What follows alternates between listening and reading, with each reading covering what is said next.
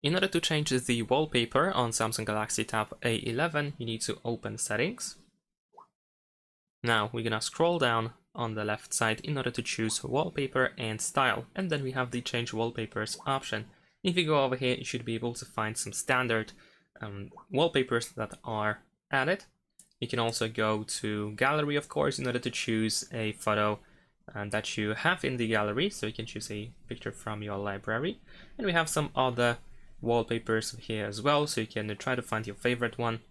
Besides that, we have some additional wallpaper services that you can go through. And once you find the wallpaper that you actually wanted to use, you can choose if you want to set it to on the lock screen and on the home screen, or for both, of course. You can tap on the next in order to proceed. We have the customization of the wallpaper, so in some cases you can zoom in and zoom out and change the position of the wallpaper. In this case, actually we cannot really do that because these are pre-added wallpapers.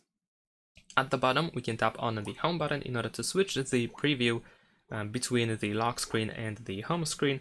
And once you are done with the customization, and also, by the way, at the bottom below the preview, sometimes we can find additional customization options that are worth checking out.